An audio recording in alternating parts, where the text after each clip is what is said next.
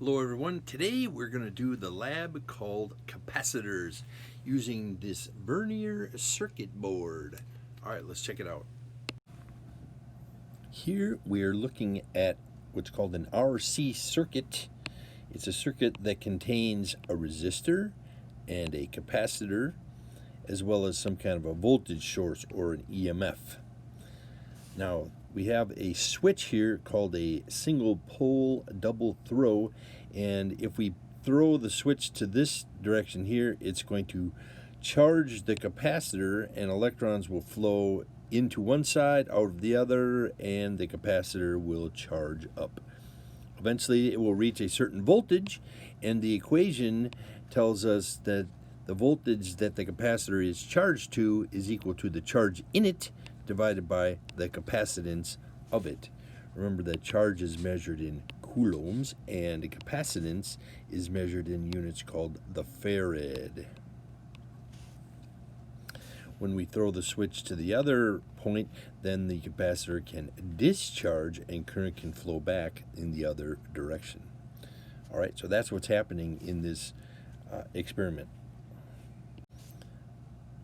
We have a couple of mathematical models that will model the voltage on the capacitor as a function of time. And the one right here, the voltage with respect to time on the capacitor depends on the starting voltage of it. And this equation is going to tell us the discharge.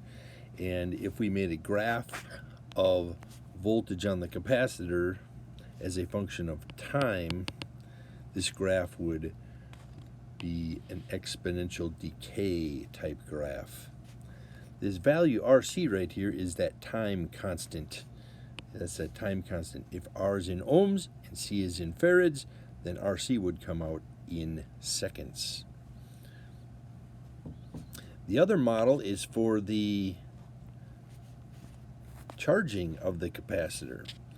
In this case, if we made a graph of voltage versus time, if the capacitor is not charged, it would be at 0 volts, and then it would grow up to a certain voltage, and that voltage would be equivalent to whatever the EMF is that's creating the charge. All right, I'll let you read through the rest of that there.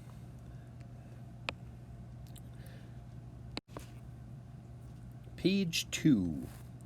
All right, we have some preliminary questions. Perhaps we'll do those together.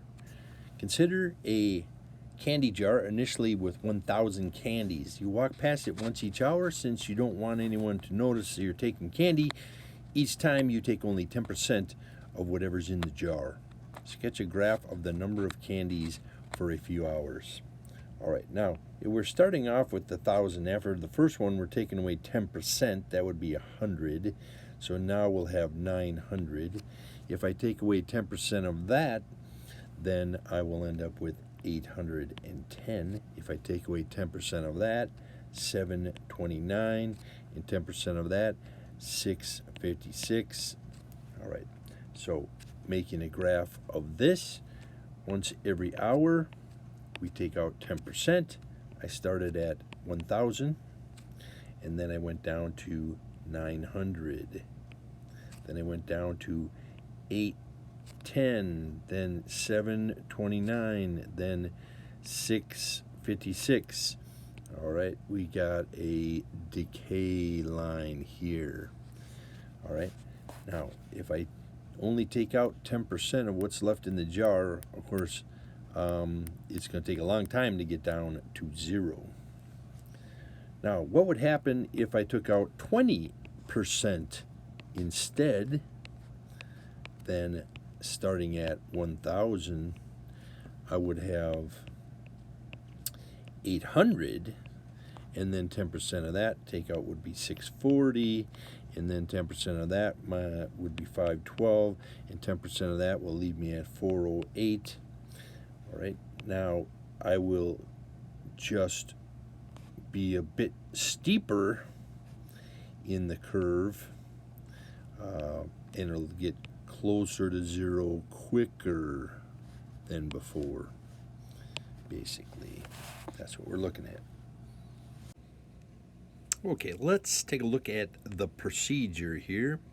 Number one, connect the circuit as shown in figure 1 above with the 10 microfarad capacitor and the 1 kilo ohm resistor.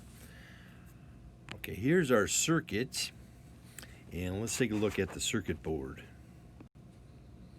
Okay, we have the circuit already hooked up. Let me point out a couple things. The two batteries right here are, of course, our EMF, which is over here. And then we have this switch right here, which is that switch in the diagram. We call it a single pole double throw, SPDT. And then from that we lead to the resistor.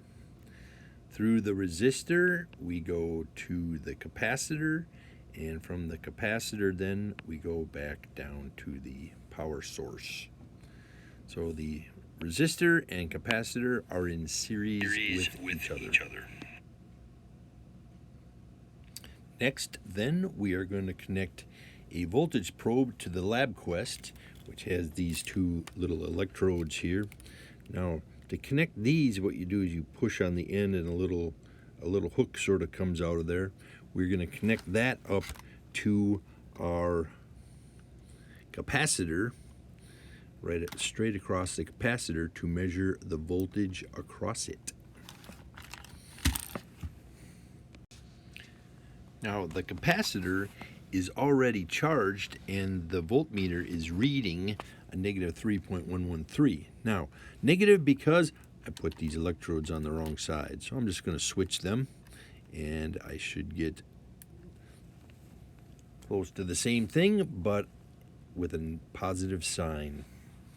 All right, now, if I flick the switch here, what's going to happen is that the capacitor is going to discharge through the resistor, and slowly the voltage across it will start to drop it down to zero. It should drop down to zero. And that will take some time for that to happen. Right? If I turn the switch again, then it will go back to charging up, and the voltage will start to rise once again. Now, we want to watch the voltage on a graph, so I'm going to start the graph. All right, so discard what we got. All right, now the capacitor is pretty close to being fully charged right now. And if I flick the switch here, then all of a sudden the voltage starts to drop down slowly. A little hard to see there. All right, let's take a look. The voltage drops down slowly to zero, and the capacitor is discharged. Now, let me run that one more time. In this case, I'm going to start the graph and then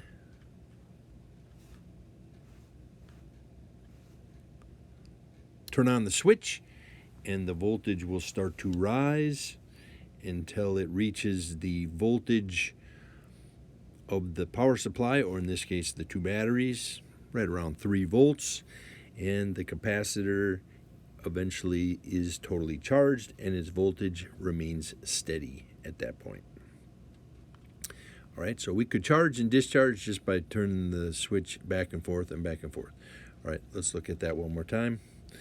All right, in this case, the capacitor is charged, and when I turn on the switch, the capacitor will discharge, and the voltage will drop down to zero once again. All right, that's what's happening in this circuit. All right, now we need to hook it to a computer so that we can have the computer do some analysis for us. All right, we have our data from the computer. Let's see how this works. When we hit the collect button, the capacitor is already charged, and then when we throw the switch, the capacitor discharges down to 0 volts. Then we're going to select part of the graph to do a curve fit. In this case, we want to do an natural exponent function. Natural exponent function. We want to make sure that the time is offset. Try the fit, and we are set, and it will paste the parameters right on to the graph. Then we're going to store that run and start over. And this time we're going to throw the switch, and the capacitor will recharge back up to the same voltage. Then we'll select a portion of the graph. We want to do a curve fit, and this time we want to use the inverse exponent function. The inverse exponent function.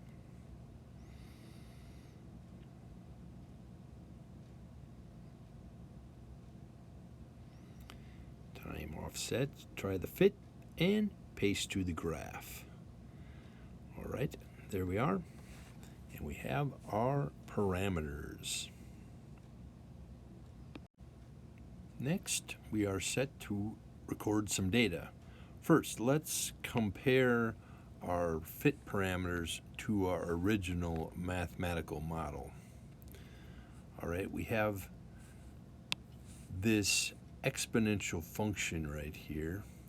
The a parameter in this equation corresponds to V0, which is our 3D batteries, which should come out to a total of about 3 volts, which is what we have. Pretty close right there.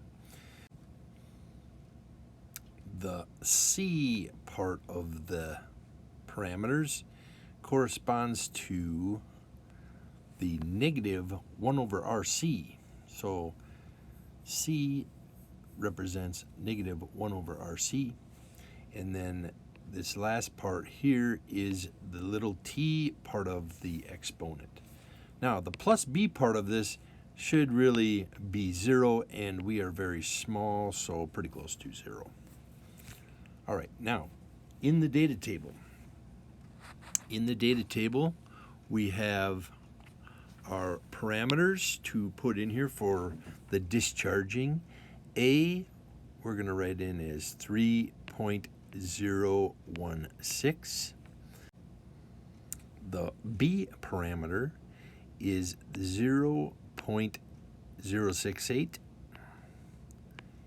And the C parameter is 0.81, 0.811. And if we do 1 over C, 1 divided by 0.811, I get 1.2, 1.23 for 1 over C. 1 over C. Now, 1 over C, this parameter in the equation here, should correspond to RC, the time constant. The time constant. All right. Now, the value of R for this trial was 100 kiloohms. 100 kiloohms. And the capacitor that we're using here is 10 microfarads. 10 microfarads. Now, if we calculate the time constant, 10 kiloohms or 100 kiloohms times 10 microfarads, that would be 0.00001. That will give us a time constant of exactly 1.0. Now, we ended up with a time constant here by the equation of 1.2, so we're kind of in the ballpark.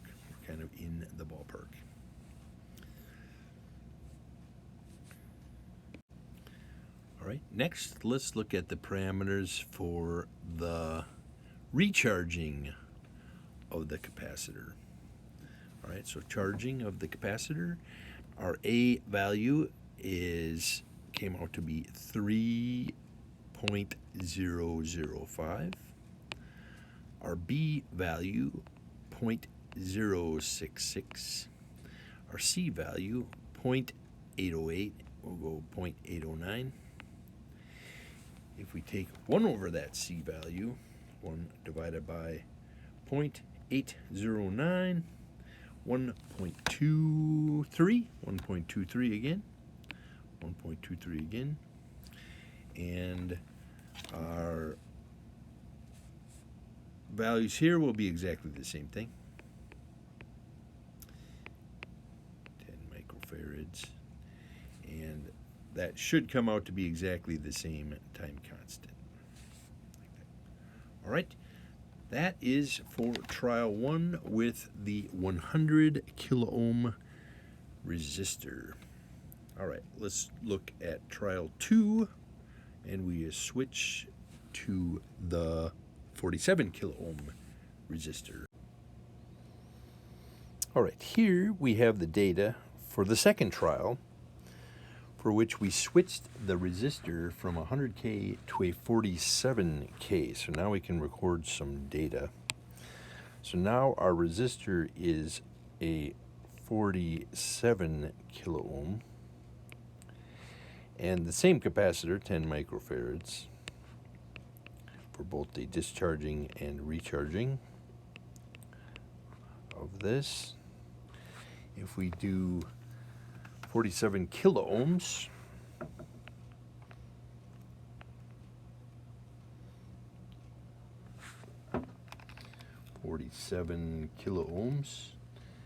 times 0.00001, that'll give us 0.47 for a time constant by calculation from the labels. All right, our parameters. For the discharging, our A value was 2.952,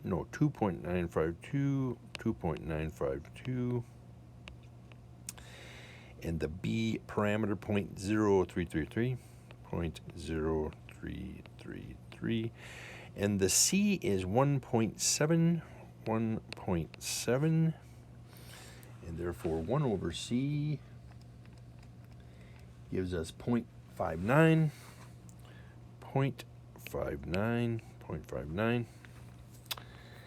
and we were expecting 0.47, so we're kind of in the ballpark. All right, for the recharging curve, our A value was 3.07, our B value was 0.045, and our C is 1.7. That'll give us exactly the same thing. All right, there we are. We have our experimental value of the time constant, and we have our calculated value of the time constant. For the remainder here, we have some analysis questions. Some of them I think we've already answered because we filled in the chart. In the data table, calculate the time constant of the circuit used, that is the product of resistance and capacitance. And that was where we used the values of the resistance and capacitance to calculate the time constant from the labels. Number 2, calculate and enter the data table the inverse of the fit constant C, and that's where we took the reciprocal of the C value, not the capacitance, the C value from the parameters. And we should have gotten the same as the calculated time constant. Now remember though that there's some tolerance in the capacitance and resistance on the components, so that could be off a little bit too as well. All right, the rest of these I'm going to leave for you to answer, and thanks for watching.